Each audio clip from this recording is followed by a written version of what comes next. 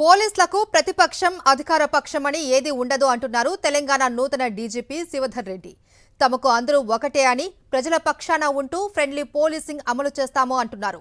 తెలంగాణ డీజీపీగా తనకు అవకాశం ఇచ్చిన సీఎంకు కృతజ్ఞతలు తెలిపిన నూతన డీజీపీ శివధర్ రెడ్డి ఇచ్చిన అవకాశాన్ని సమర్థవంతంగా నిర్వహిస్తాను అని చెప్పారు.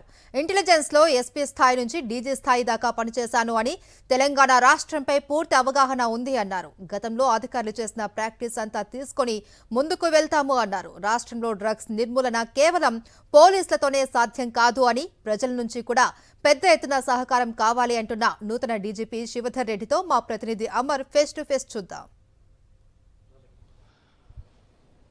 తెలంగాణ నూతన డీజీగా బి శివధర్ రెడ్డిని తెలంగాణ ప్రభుత్వం నియమించింది. దీనికి సంబంధించిన ఉత్తర్వులను సీఎం రేవంత్ రెడ్డి చేతుల మీదుగా తీసుకున్న పరిస్థితులు అయితే ఉన్నాయి. ప్రస్తుతం నాతో బి శివధర్ రెడ్డి డీజీపీ ఉన్నారు. సార్, అసలు కొత్తగా డీజీపీగా ఎన్నికయ్యారు. Congrats sir. ముఖ్యంగా thank you very much. Sir, మీ ముందున్న సవాళ్ళు చాలా ఉన్నాయి. తెలంగాణ ప్రభుత్వం కొత్తగా డీజీపీగా అయ్యారు, ఎలా ముందుకు ఎలా ఉన్నారు? ఇప్పుడు పోలీస్ డిపార్ట్మెంట్లో సవాళ్ళు ఎప్పుడు ఉంటాయండి, కొత్తగా ఉండదు. ప్రతిసారి కొత్త పాత పోతుంటాయి, కొత్త వస్తుంటాయి.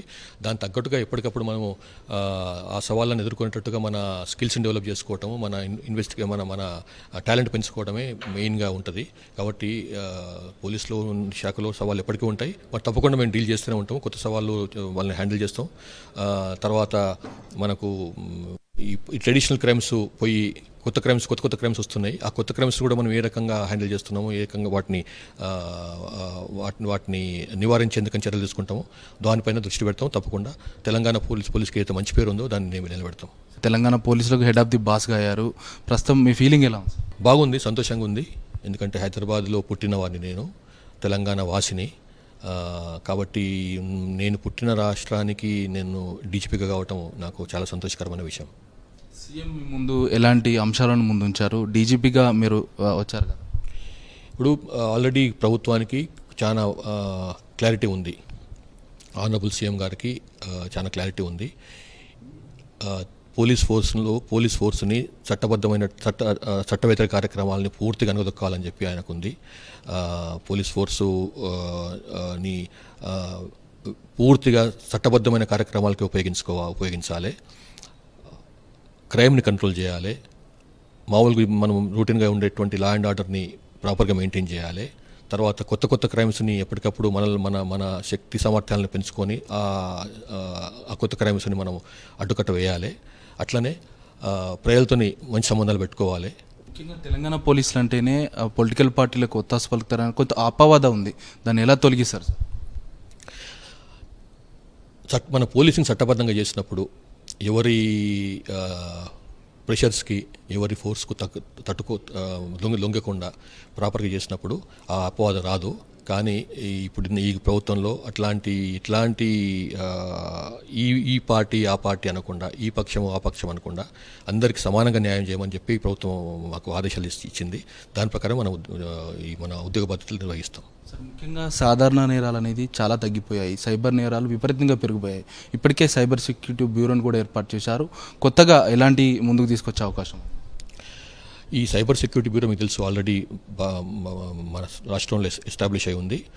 ఇంతకుముందు కంటే కూడా ఇప్పుడు లాస్ట్ 2 years నుంచి ఈ ఆర్గనైజేషన్ని బలం పెంచేందుకని చెప్పి చాలా గౌరవ ముఖ్యమంత్రి గారు చాలా చర్యలు తీసుకుంటున్నారు. వాళ్ళకి కావాల్సినటువంటి సాధన సంపత్తి కానీ, ఆర్గనైజేషన్స్ కావాల్సినటువంటి వెహికల్స్ కానీ, తర్వాత వాళ్ళకు టూల్స్ కానీ, ఇటువంటి క్రైమ్ని క్రాక్ చేసేటువంటి టూల్స్ కానీ ఇట్లాంటివి సమకూర్చుకుంటున్నాము. అట్లానే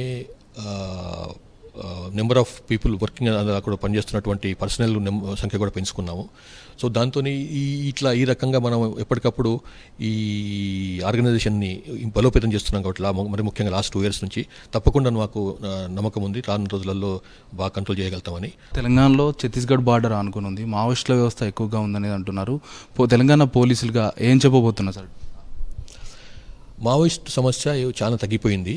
ఇప్పుడు అది పెద్ద సమస్య నేను అనుకుంటలేను. నేను ఒక కాలంలో లాస్ట్ 15 years నుంచి 2009-10 తర్వాత నుంచి బాగా తగ్గుముఖం పట్టింది మన దగ్గర. కొంత ఛత్తీస్గఢ్లో కొంతవరకు ఉంది, కానీ ఛత్తీస్గఢ్లో కూడా లాస్ట్ 3-4 years నుంచి ఇది కొంత తగ్గుముఖం పట్టింది. ఆఖరికి లాస్ట్ 2 yearsలో ఇంకా తగ్గింది. ఇన్ఫ్యాక్ట్ చాలా టాప్ లెవెల్లో ఉన్నటువంటి సీసీ మెంబర్లు వాళ్ళ జనరల్ సెక్రటరీ సహా పోలీసులతో జరిగినటువంటి ఎదురుకాల్పుల్లో మరణించినారు. కాబట్టి ఇప్పుడు ఇంకా అంత ఆ శక్తి మళ్ళీ సమకూర్చుకుంటుందని చెప్పి నేను అనుకోను మావోయిస్టు పార్టీ. ముఖ్యంగా తెలంగాణలో హైదరాబాద్ అనేది ఐకాన్. హైదరాబాద్లో ఎక్కువగా ట్రాఫిక్ ఎక్కువగా పెరిగిపోయింది. దీనిపైన ఎలా దృష్టి సారించబోతుంది? ఇప్పుడు ట్రాఫిక్ అన్నది ఒక హైదరాబాద్ సంబంధించిందో లేకపోతే ఇండియాకి సంబంధించిందో కాదండి, ఇది వరల్డ్ వైడ్ ప్రాబ్లం ఇది ట్రాఫిక్ అన్నది. అయితే ఏంటంటే కొంత మేనేజ్మెంట్ ప్రాపర్గా లేకపోవడం వల్ల, ట్రాఫిక్ మేనేజ్మెంట్ ప్రాపర్ లేకపోవడం అంటే ఒక్క పోలీస్ డిపార్ట్మెంట్ ఒకటో ట్రాఫిక్ చూసే ట్రాఫిక్ వింగ్ ఒకటి మాత్రమే కాదు దీనికి కారణం. ఇందులో కనిపించే వాళ్ళు ట్రాఫిక్ని మేనేజ్ చేస్తూ మెయింటైన్ చేస్తూ కనిపించే వాళ్ళు పోలీస్ వాళ్ళు కావచ్చు, కానీ వాళ్ళకి బ్యాక్ ఇంకా ఉన్న వాళ్ళు చాలా డిపార్ట్మెంట్స్ ఉన్నాయి. లైక్ జిహెచ్ఎంసీ ఉంది, రెవెన్యూ ఉంది, వాటర్ వర్క్స్ డిపార్ట్మెంట్ ఉంది, టెలిఫోన్ డిపార్ట్మెంట్ ఉంది, ఎలక్ట్రిసిటీ డిపార్ట్మెంట్ ఉంది. ఇవన్నీ ప్రాపర్గా కలిసి పనిచేస్తేనే ట్రాఫిక్ చక్కగా ఉంటుంది. అది కేవలం ఓన్లీ పోలీసుల మీద మాత్రం వదిలేస్తే ట్రాఫిక్ చక్కగా ఉండదు. దాంట్లో ప్రజల సహకారం కూడా చాలా అవసరం. మొత్తంగా నూతన డీజీపీ శివధర్ రెడ్డి చెప్తా ఉన్నారు, ప్రభుత్వానికి సంబంధించి ఇప్పటికే ఇచ్చిన ఉత్తర్వులకు సంబంధించి ఇప్పటికే డీజీపీగా అక్టోబర్ 1వ తేదీన బాధ్యతలు స్వీకరిస్తాను.